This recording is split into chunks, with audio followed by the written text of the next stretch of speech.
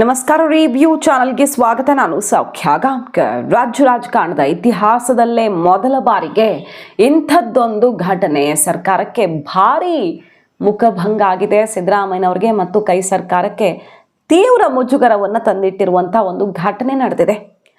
ಮತ್ತೊಂದು ಕಡೆ ಸಿದ್ದರಾಮಯ್ಯನವರ ನಿವಾಸದಲ್ಲಿ ನಡೆದಿದ್ದೇನು, ಸ್ಪೀಕರ್ ಇಷ್ಟು ಸಿಟ್ಟಾಗಿರೋದು ಯಾಕೆ, ಎರಡೂ ಬೆಳವಣಿಗೆಗಳ ಬಗ್ಗೆ ಡೀಟೇಲ್ಸ್ನ ನೋಡ್ತಾ ಹೋಗೋಣ. ಮಿಸ್ ಮಾಡಿದ್ರೆ ನಮ್ಮ ಚಾನಲ್ನ ಸಬ್ಸ್ಕ್ರೈಬ್ ಮಾಡಿ, ನಿಮ್ಮ ಅಭಿಪ್ರಾಯ ಕಮೆಂಟ್ ಮಾಡಿ ತಿಳಿಸಿ. ಎಸ್ ವೀಕ್ಷಕರೇ, BJP ಮುಗಿ ಬೀಳೋದಿರಲಿ, ಪ್ರತಿಪಕ್ಷಗಳು ಆಡಳಿತ ಪಕ್ಷವನ್ನು ತರಾಟೆಗೆ ತಗೊಳ್ಳೋದಿರಲಿ, ಅದೆಲ್ಲ ನಡೀತಾ ಇರುತ್ತೆ. ಯಾವುದೇ ಸರ್ಕಾರ ಇದ್ರೂ ಅದು ಕಾಮನ್ ಅಲ್ವಾ. ಬಜೆಟ್ ಅಧಿವೇಶನ ನಡೀತಿದೆ. ಬಹಳ ಅಚ್ಚರಿಯ ಘಟನೆಯೊಂದು ಸರ್ಕಾರಕ್ಕೆ ಕಪಾಳ ಮೋಕ್ಷ ಮಾಡಿದೆ. ಸಿಕ್ಕಾಪಟ್ಟೆ ಮುಜುಗರ. ವಿಧಾನಸಭೆಯ ಇತಿಹಾಸದಲ್ಲೇ ಮೊದಲು ಅನ್ನೋ ರೀತಿಯಲ್ಲಿ ನಡೆದಿರೋ ಘಟನೆ ಸಿದ್ದರಾಮಯ್ಯನವ್ರಿಗೇನೆ ಆಘಾತವನ್ನು ತಂದಿಟ್ಟಿದೆ. ಏನು ಮಾಡಿದ್ದಾರೆ ಸ್ಪೀಕರು? ಕೈ ಸರ್ಕಾರಕ್ಕೆ ಅಷ್ಟು ದೊಡ್ಡ ಆಘಾತವನ್ನು ಕೊಟ್ಟಿದ್ದಾರೆ. ಅಧಿವೇಶನದಲ್ಲಿ ಶಾಸಕರು ಏನು ಮಾಡ್ತಾರೆ? ಪ್ರಶ್ನೆ ತಗೊಂಡು ಬರ್ತಾರೆ, ಕ್ಷೇತ್ರದ ಸಮಸ್ಯೆ ತಗೊಂಡು ಬರ್ತಾರೆ, ಜನರ ಪ್ರತಿನಿಧಿಯಾಗಿ ಅವರು ಆಯ್ಕೆ ಆಗಿರ್ತಾರೆ. ಸೊ ಇಡೀ ರಾಜ್ಯ ನೋಡ್ತಾ ಇರುವಂಥ ಸದನ, ಸಿಕ್ಕಾಪಟ್ಟೆ ಕೋಟಿಗಟ್ಟಲೆ ದುಡ್ಡು ಖರ್ಚು ಮಾಡಿ ನಡೆಯುವಂಥ ಅಧಿವೇಶನ, ಇದಕ್ಕೆ ಯಾರೂ ಬರ್ತಾ ಇಲ್ಲ. ಅಧಿಕಾರಿಗಳು ಬರ್ತಿಲ್ಲ, ಸಚಿವರುಗಳು ಬರ್ತಿಲ್ಲ ಅಂತ ಸ್ಪೀಕರು ಸಿಟ್ಟಾಗಿ ಸೆಷನ್ ಬಿಟ್ಟು ಎದ್ದು ನಡೆದಿರುವಂಥ ಒಂದು ಘಟನೆ ನಡೆದಿದೆ. ಇದು ವಿಧಾನಸಭೆಯ ಇತಿಹಾಸದಲ್ಲೇ ಅತ್ಯಂತ ಕರಾಳ ದಿನ. ಅಂಥ ಬೆಳವಣಿಗೆ ನಡೆದಿದೆ ಅಂತ BJP ಕೂಡ ಈಗ ಮುಗಿ ಬಿದ್ದಿರೋದು. ಸಿದ್ದರಾಮಯ್ಯ ಸರ್ಕಾರದಲ್ಲಿ ಹಾಗಾದ್ರೆ ನಡೀತಿರೋದು ಏನು ಅಂತ ನೋಡಿ. ಸ್ಪೀಕರ್ ಎಷ್ಟು ಸಿಟ್ಟು ಮಾಡ್ಕೊಂಡಿದ್ದಾರೆ ಅಂತ. ಶಾಸಕರು ಪ್ರಶ್ನೆ ಕೇಳೋಕೆ ರೆಡಿ ಮಾಡ್ಕೊಂಡಿರ್ತಾರೆ. ಅವರು ಪ್ರಶ್ನೆಗಳಿಗೆ ಉತ್ತರ ಕೊಡೋರೇ ಇಲ್ಲ ಅಂದರೆ ಸಚಿವರು ಅಧಿಕಾರಿಗಳು ಗೈರು ಹಾಜರಾಗಿದ್ದಾರೆ. ಹೀಗಾದರೆ ಸದನ ನಡೆಸೋದು ಹೇಗೆ? ನಾನು ಸದನ ನಡೆಸುವುದಿಲ್ಲ, ಕಲಾಪ ಮುಂದೂಡ್ತೀನಿ ಅಂತ ಪೀಠದಿಂದ ಎದ್ದು ಹೊರನಡೆದಿದ್ದಾರೆ ಸ್ಪೀಕರ್ UT ಖಾದರ್ ಅವರು. ಈ ಒಂದು ಆಕ್ರೋಶಕ್ಕೆ 3 ಅಧಿಕಾರಿಗಳ ವಿರುದ್ಧ ಶಿಸ್ತು ಕ್ರಮನೂ ಆಗಿದೆ ಈಗ. ಸೊ ಸರ್ಕಾರದಲ್ಲಿ ಮಿನಿಸ್ಟ್ರುಗಳು CM ಮಾತು ಕೇಳ್ತಿಲ್ವಾ? ಶಾಸಕರು ಮಂತ್ರಿಗಳೇ CM ಕಂಟ್ರೋಲ್ ತಪ್ಪೋದ್ರ? ಶಾಸಕರು ಮೊನ್ನೆ ಅಷ್ಟೇ CM ಎದುರೇ ಕೈ ಮಿಲಾಯಿಸೋ ಹಂತಕ್ಕೆ ಜಟಾಪಟಿಯಾಗಿದೆ. ಶಾಸಕರು ತಮ್ಮದೇ ಸರ್ಕಾರದ ವಿರುದ್ಧ ಸಿಡ್ದೆದ್ದಿರೋ ಘಟನೆ ಆಗಿದೆ. ಈಗ ನೋಡಿದ್ರೆ ಸಚಿವರು ಸೆಷನ್ಗೆ ಬರ್ತಿಲ್ಲ, ಯಾಕೆ ಬೇಕು ಈ ಸೆಷನ್ನು ಅಂತ ಸ್ಪೀಕರು ಎದ್ದು ನಡೆದಿದ್ದಾರೆ. ಇನ್ನಷ್ಟು ಅಧಿಕಾರಿಗಳಿಗೂ ನೋಟಿಸ್ ಕೊಡ್ತಾ ಇದ್ದಾರೆ. ಈಗ ವಿಧಾನಸಭಾ ಕಲಾಪದಿಂದ ಸಭಾಧ್ಯಕ್ಷರು ಈ ರೀತಿ ಎದ್ದು ಹೊರ ನಡೆದಿರೋದು ರಾಜ್ಯದ ಇತಿಹಾಸದಲ್ಲಿಯೇ ಮೊದಲು ಅಂತ ಗೊತ್ತಾಗ್ತಿದೆ. ಇಡೀ ಈವರೆಗಿನ ಕರ್ನಾಟಕ ಪೊಲಿಟಿಕಲ್ ಹಿಸ್ಟ್ರಿ ನೋಡಿದ್ರೆ ಇದುವರೆಗೆ ಇಲ್ಲದ ಸ್ಥಿತಿಗೆ ಸಿದ್ದರಾಮಯ್ಯ ಸರ್ಕಾರ ತಲುಪ್ತಾ. ಹಾಗಾದ್ರೆ ಅಷ್ಟು ದುಸ್ಥಿತಿ ಬಂದು ತಲುಪ್ತಾ.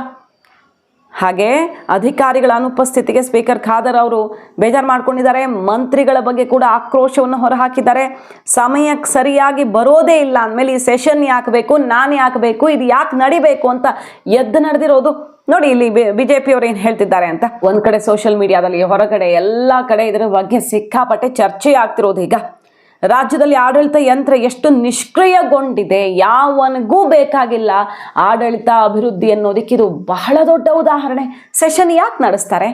ಯಾರೋ ಅತ್ಯಂತ ಎಮರ್ಜೆನ್ಸಿ ಇರೋರು, ಪ್ರಮುಖ ಕೆಲಸ ಇರೋರು ಸ್ಪೀಕರ್ ಪರ್ಮಿಷನ್ ತಗೊಂಡು ಹೋಗೋದು ಬೇರೆ.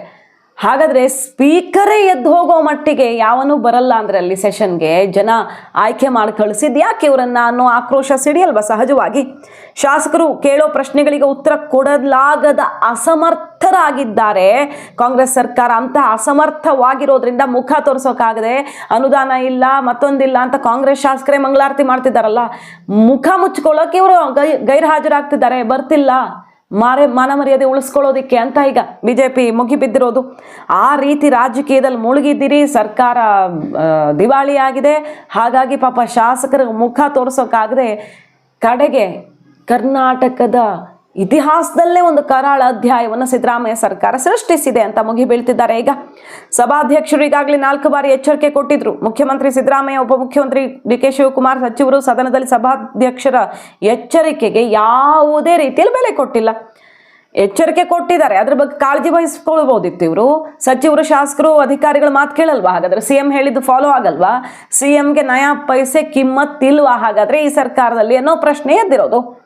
ಸೊ ಭ್ರಷ್ಟ ಕಾಂಗ್ರೆಸ್ ಸರ್ಕಾರ ತನ್ನ ನಿಷ್ಕ್ರಿಯತೆಯಿಂದ ಸಭಾಧ್ಯಕ್ಷ ಪೀಠಕ್ಕೆ ಅವಮಾನ ಮಾಡ್ತಿದೆ ಅಂತ ಬಿಜೆಪಿ ಮುಗಿಬಿದ್ದಿದೆ.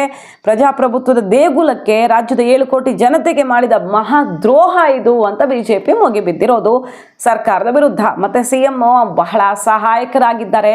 ಹಿಂದೆ ನೋಡಿದ್ದ ಸಿದ್ದರಾಮಯ್ಯನವ್ರಿಗೂ ಈಗಿರುವಂಥ ಸಿದ್ದರಾಮಯ್ಯನವರ ಪರಿಸ್ಥಿತಿಗೂ ಆಶ್ಚರ್ಯ ಆಗ್ತಿದೆ ಅಂತ ಸುನಿಲ್ ಕುಮಾರ್ ಅವರು ಮುಗಿಬಿದ್ದಿದ್ದಾರೆ. ಶಾಸಕರು ಸೇರ್ಬೇಕು, ಅವರ ಸಮಸ್ಯೆಯನ್ನು, ಅವರ ಊರಿನ ಸಮಸ್ಯೆಯನ್ನು ಚರ್ಚೆ ಮಾಡಬೇಕು. ಮತ್ತೆ ನಾವು ಹೇಳ್ತೇವೆ ನೀವು ಶಾಸಕರು ಬರುವುದಿಲ್ಲ, ಯಾಕೆ ಬರಬೇಕು ಕಾಣುವಂಥ ಪರಿಸ್ಥಿತಿಯಲ್ಲಿ ನನಗೆ ಕಾಣುವುದಿಲ್ಲ. ಈ ರೀತಿ ಬಹುಶಃ ಇದು ಧೋರಣೆ ಆದರೆ ಬಹುಶಃ ಇವತ್ತು ಎಲ್ಲ ಸದಸ್ಯರು ಮೆಚ್ಚುವ ರೀತಿಯಲ್ಲಿ ಇದು ಸದನವನ್ನು ಹೇಗೆ ನಡೆಸುವಂಥದ್ದು.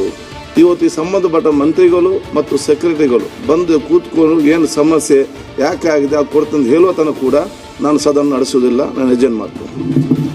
ಸದನದಲ್ಲಿ ಲಿಖಿತ ಮೂಲಕ ಉತ್ತರಿಸುವ 230 ಪ್ರಶ್ನೆಗಳ ಪೈಕಿ 84 ಪ್ರಶ್ನೆಗಳ ಉತ್ತರಗಳನ್ನು ಸದನದಲ್ಲಿ ಮಂಡಿಸಿ ಎಷ್ಟು 50% ಇಲ್ಲ. ಆಯ್ತು, ಈಗ 4ನೇ ಸರಿ, ಇವತ್ತು 5ನೇ ಸರಿ ವಾರ್ನಿಂಗ್. ಆಯ್ತು, 1 ಸೆಕೆಂಡ್ 5th ಟೈಮ್ ಮಾಡ್ಬಿಡಿ, ಅದೊಂದು ರೆಕಾರ್ಡ್ ಆಗ್ಲಿ.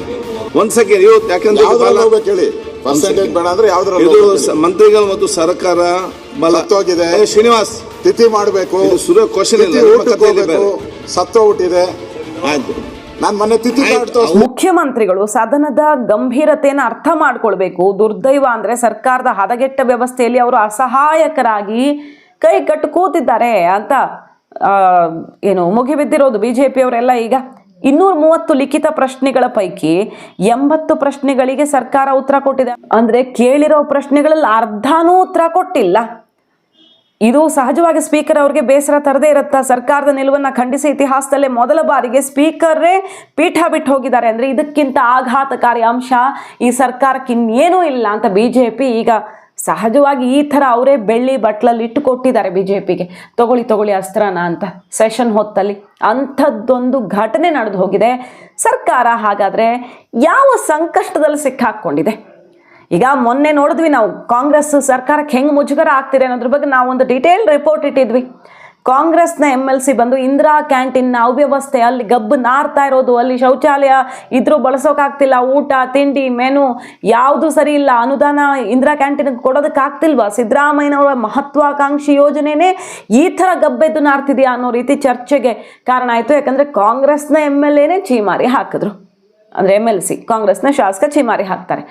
ಅದಾದ ಮೇಲೆ ಈ ಕದಲೂರು ಉದಯ್ ಅವರು ತಮ್ಮ ಕ್ಷೇತ್ರಕ್ಕೆ ಅನುದಾನದ ಬಗ್ಗೆ ಕೇಳಿ ನಾನು ಸೋತ್ ಹೋಗಿದ್ದೀನಿ, ನಮ್ಮ ಕ್ಷೇತ್ರದ SC ಕೆಲವು ಅನುದಾನ ಬೇರೆ ಬೇರೆ ಪ್ರಾಜೆಕ್ಟ್ದೆಲ್ಲ ಹೇಳ್ತಾರೆ, ನಾನು ಸೋತ್ ಹೋಗಿದ್ದೀನಿ ಅಂತ ಮಂಗಳಾರತಿ ಮಾಡಿದ್ರು. ಇಷ್ಟೇನಾ? ಇಕ್ಬಾಲ್ ಹುಸೇನ್ ಅವ್ರು ಏನು ಹೇಳಿದ್ರು ನಾವು ಗಮನಿಸಿದ್ದೀವಿ. ಈ ಬಜೆಟ್ ಬಹಳ ಬೇಜಾರಾಗಿದೆ, ಸಿದ್ದರಾಮಯ್ಯನವ್ರು ಏನು ಅಂದ್ಕೊಂಡಿದ್ವಿ, ನಂಬಿಕೆ ಇಟ್ಟಿದ್ವಿ ಎಲ್ಲ ಹುಸಿಗೊಳಿಸಿದ್ದಾರೆ, ಎಷ್ಟೆಲ್ಲ ಅವ್ರ ಹತ್ರ ಗಮನಕ್ಕೆ ತಂದಿದ್ದೀವಿ. ರಾಮನಗರಕ್ಕೆ ಕೊಡಬೇಕಾಗಿರೋದು ಒಂದೂ ಕೊಟ್ಟಿಲ್ಲ ಅವರು. ಚರಂಡಿ ಮತ್ತು ಈ ರೇಷ್ಮೆ ರಿಲೇಟೆಡ್ಡು ಉದ್ಯೋಗದ್ದು ಮತ್ತೊಂದು ಯಾವುದೂ ಕೊಟ್ಟಿಲ್ಲ. ಈ ಬಜೆಟ್ ಒಂದು ವೇಸ್ಟ್ ಬಜೆಟ್ಟು ಅಂತ ಕಾಂಗ್ರೆಸ್ನ ಶಾಸಕ ಮಂಗಳಾರತಿ ಮಾಡ್ತಾರೆ. ಈ ಥರ ಸುಮಾರು ಘಟನೆಗಳದು. ಅವತ್ತು ರಂಗನಾಥ್ ಅವರು ಹಿಂದಿನ ಸೆಷನ್ನಲ್ಲಿ ರಾಜಣ್ಣವ್ರ ಕ್ಷೇತ್ರಕ್ಕೆ ಮಾತ್ರ ಎತ್ತೆತ್ತು ಕೊಡ್ತಿದ್ದಾರೆ, ನಮಗೆ ಸ್ಯಾಂಕ್ಷನ್ ಆಗಿದ್ದು ಕಟ್ಟು ಮಾಡ್ತಿದ್ದಾರೆ ಅಂತ ತಮ್ಮದೇ ಸರ್ಕಾರದ ವಿರುದ್ಧ ಅನುದಾನದ ವಿಚಾರದಲ್ಲಿ ಮುಗಿಬಿದ್ರು. CLP ಮೀಟಿಂಗಲ್ಲಿ ಶಾಸಕರು ಸಚಿವರ ವಿರುದ್ಧ ಸಿಡಿದೆದ್ದ ಘಟನೆ ನಡೀತು. CM ಎದುರೇ ಇದು. ಸಚಿವರು ಎಲ್ಲೂ ಸಿಗ್ತಿಲ್ಲ, ಸದನಕ್ಕೆ ಬರ್ತಿಲ್ಲ, ಕ್ಷೇತ್ರಕ್ಕೂ ಸಿಗ್ತಿಲ್ಲ, ಉಸ್ತುವಾರಿ ಸಚಿವರು ನಮ್ಮ ಕೈಗೆ ಸಿಗ್ತಿಲ್ಲ, ಈ ಯಾವ ಸರ್ಕಾರ ಇದು ಅಂತ ಶಾಸಕರು ಮುಗಿಬಿದ್ದ ಘಟನೆ ನಡೀತು. ಆಗತ್ತೆ, ಸಾಮಾನ್ಯವಾಗಿ ಎಲ್ಲ ಸರ್ಕಾರದಲ್ಲೂ ಸಚಿವರು ಶಾಸಕರ ನಡುವೆ ಡಿಫ್ರೆನ್ಸ್ಗಳು ಬರ್ತವೆ. ಬಟ್ CM ಎದುರು ಈ ಥರ ಜಟಾಪಟಿ ಆಗೋ ತನಕ, ಶಾಸಕರು ರೊಚ್ಚಿಗೇಳೋ ತನಕ ಘಟನೆ ಆಯಿತು.